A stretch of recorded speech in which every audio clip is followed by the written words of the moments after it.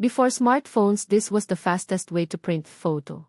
Before smartphones, getting an instant photo felt like magic. Pindutin mo lang ang shutter and within seconds, a small photo slowly appears in your hand. This was the world of Polaroid instant cameras. Sa ngayon, malaki na ang nabago. Magpicture ka lang gamit ang smartphone and print it instantly using portable printers like the Fujifilm Instax Mini-Link. So paano nga ba napunta from chemical instant film to wireless phone printing? Noong 1948, instant photography changed forever when the first Polaroid camera was introduced. Hindi tulad ng mga tradisyonal na film camera na nangangailangan ng darkroom, ang mga Polaroid camera ay maaaring bumuo ng mga larawan kaagad. Sa loob ng bawat film pack were special chemicals na activated when the photo was ejected sa camera. Sa loob ng halos 1 minuto, dahan-dahang lumitaw ang imahe sa papel. Sa loob ng ilang dekada, this was the fastest way to get printed photo. Noong 1970 at early 2000 nagsimulang palitan ng mga digital camera ang pelikula. Photos were now stored in memory cards instead of film rolls. This made photography faster and cheaper. But there was one thing missing: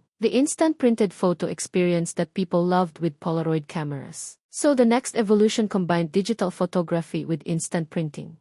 Ang smartphone mo ngayon ay isang napaka-powerful na camera na. Pero gamit ang mga portable photo printer, pwede mo nang gawing totoong prints ang digital photos mo sa loob lang ng ilang segundo. Ang mga device gaya ng Fujifilm Instax Mini-Link ay kumokonekta ng wireless sa phone mo. Pipili ka lang ng photo tap print at mapapanood mo na ang image na lumalabas sa instant film. Basically, ito ang modern version ng Polaroid photography. Gusto mo bang gawan din natin ito ng caption para sa social media? Interestingly, instant photography never really disappeared. Maraming tao pa rin gusto ang pisikal na pakiramdam ng mga nakaprint na larawan. Today's technology simply combines the best of both worlds. Digital cameras in smartphones, and the nostalgia of instant prints. From classic Polaroid cameras to wireless phone printers, buhay pa rin ang instant photography, mas matalino lang. Mula sa pagbuo ng chemical na pelikula sa ilang segundo, sa pagprint ng wireless na smartphone, the magic of instant photos has evolved, but the excitement of holding a photo in your hands remains the same. Follow and subscribe for more.